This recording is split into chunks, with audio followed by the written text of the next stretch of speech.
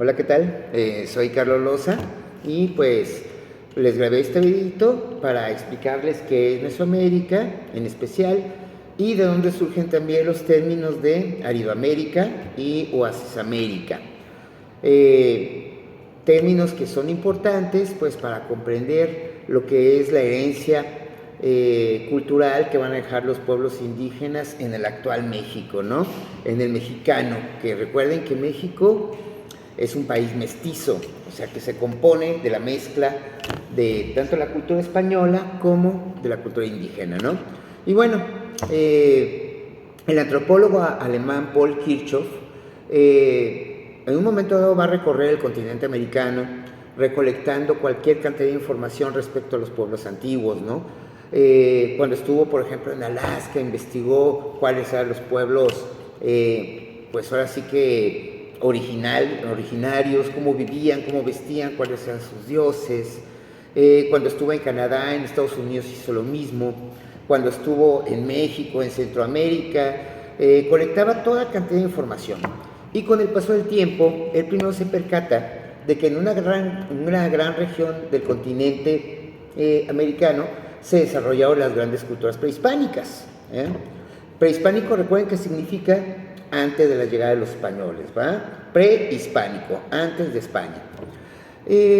Culturas como allá por la región de los Andes, como los quechuas, como los incas, en la región, por ejemplo, de las islas del Caribe, pues ahí estaban precisamente los indígenas caribes, de ahí el nombre de esa región. Y pues para acá por México, pues la civilización maya, la civilización mexica, etcétera, ¿no?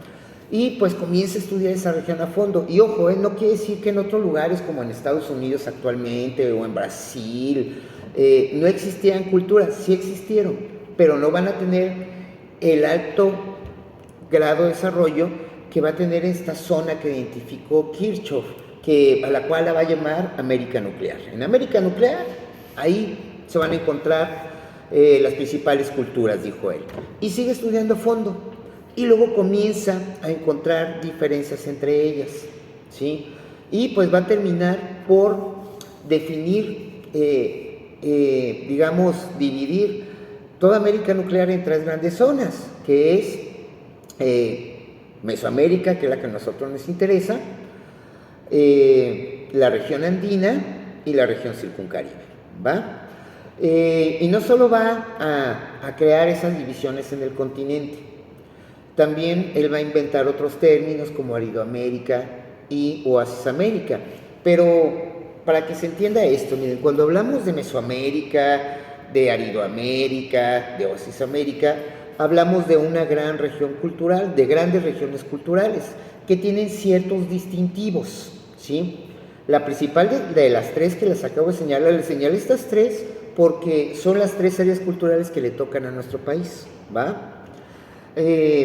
La principal de ellas es Mesoamérica. ¿Qué entendemos por Mesoamérica? Pues es una gran región cultural donde los pueblos que la habitaron, indistintamente de su idioma, compartieron ciertos elementos comunes que, pues en su mayoría, estaban ausentes en otras regiones. Paul Kirchhoff enumeró 54 elementos comunes que todos los pueblos mesoamericanos, o sea, que vivían en Mesoamérica, compartieron, ¿sale?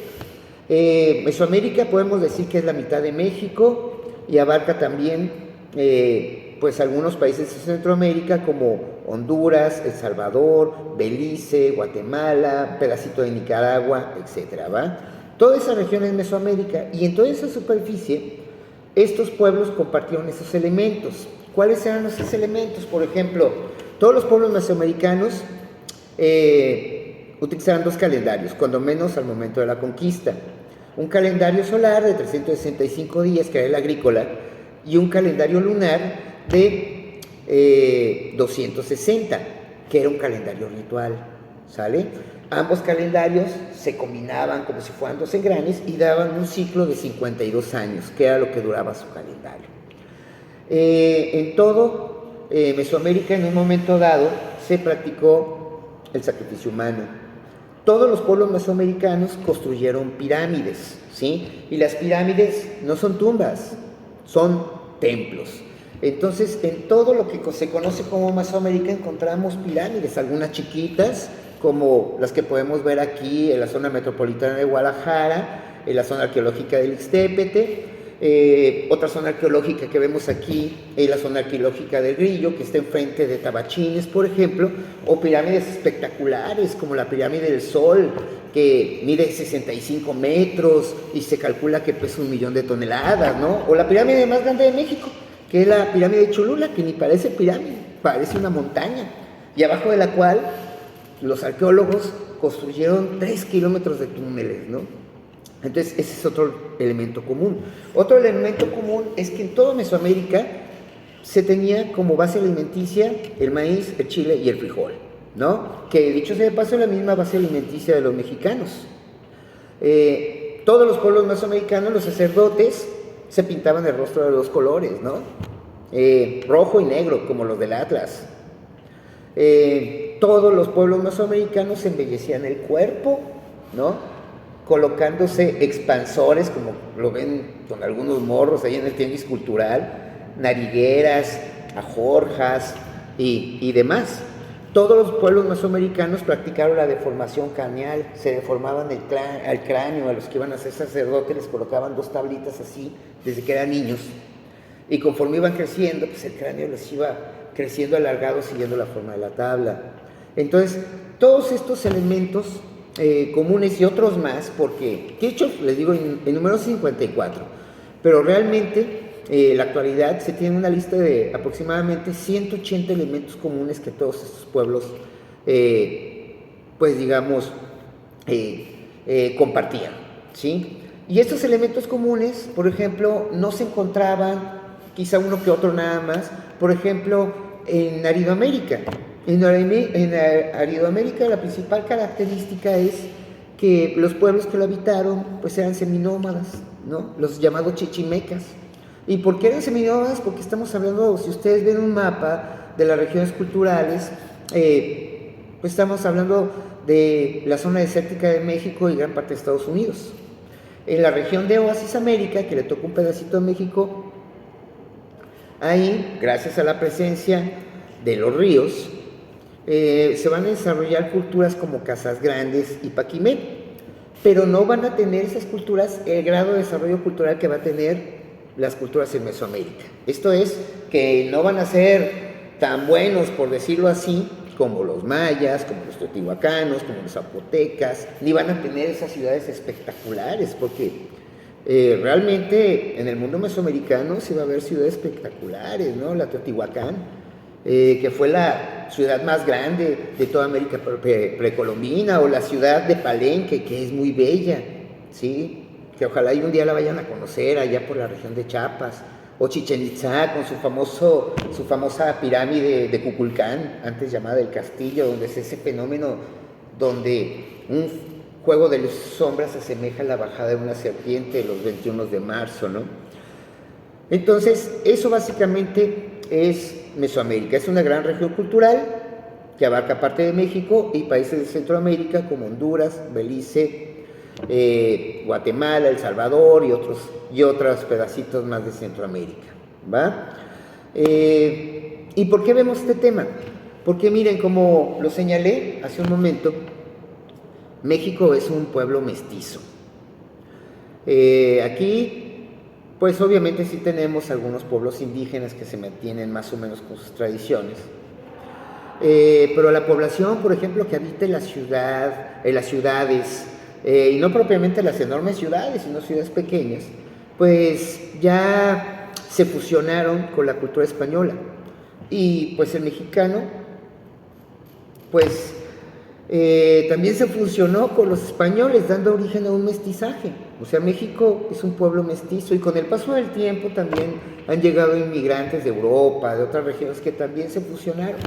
Entonces, cuando hablamos del mexicano, hablamos de un México mestizo, o sea, un pueblo que pues se va a conformar de dos pueblos diferentes, que se unieron, en un momento se revolvieron, y con ellos surge el actual mexicano, ¿sale?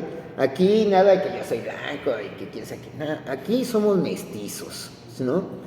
Y pues ese mestizaje, pues lo podemos ver en nuestra cultura, en la música, en el vestido, en la comida. Por ejemplo, les voy a poner un ejemplo de herencia cultural, ¿no? Y del mestizaje. El tamal.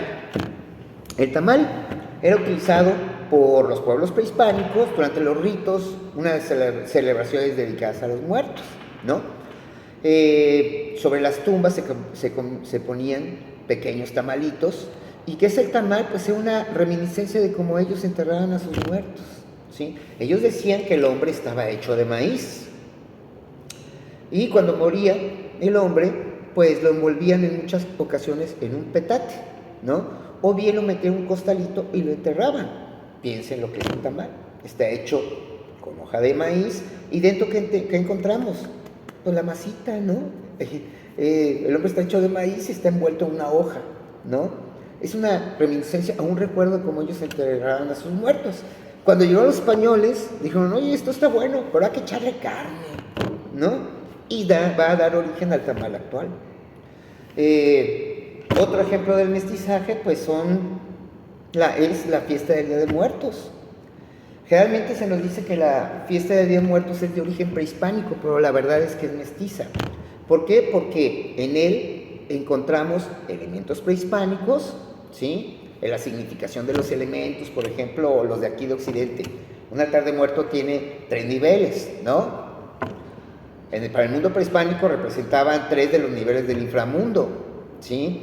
El Mictlán, el Tlatocan y el Tonatiuhcan. Para el mundo cristiano católico, Padre, Hijo y Espíritu Santo, ¿no? En un altar de muertos, por ejemplo, podemos encontrar el pan, que se lo trajeron los españoles, por ejemplo, imágenes de cruces, que obviamente la trajeron los españoles a través de la conquista espiritual, ¿sí? Y se va a mezclar con la manera en que los indígenas festejaban sus muertos, con elementos como la flor de cempasúchil, la flor de los 100 pétalos, que es la flor de los muertos, ¿no? Entonces, el altar de muertos no es prehispánico, es mestizo. Entonces, como pequeña tareilla, va a quedar básicamente que ustedes investiguen cuáles son, pues, digamos, pues algunos elementos de la cultura prehispánica que todavía podemos ver en el México actual. Y tenemos muchos, muchos. Ahí le echan una buscadita a páginas de internet. En la plataforma ya viene la instrucción, pero son muchos los elementos, hasta se pueden sorprender. Por ejemplo, nosotros en nuestro lenguaje cotidiano se dice que un 30% de las palabras que utilizamos comúnmente son de origen prehispánico, ¿no? Por ejemplo, ¿qué les puede decir? Chiquillo, ¿no? ¿Qué significa chiquillo? Pues niño. La mayor parte de los nombres de los lugares, ¿no? Ocotlán, lugar de ocotes. Tomatlán, lugar de tomates. Cihuatlán, lugar de mujeres. Mazatlán, lugar de venados, ¿no? Entonces, son muchos los elementos que podemos encontrar, ¿va? Entonces, ahí en la plataforma viene la instrucción. Y por esta clasecita es todo. Y cualquier duda que tenga, cualquier comentario que me quieran hacer, échenme un mensajito y con todo gusto se los contesto, ¿va? Hasta la próxima, chicos.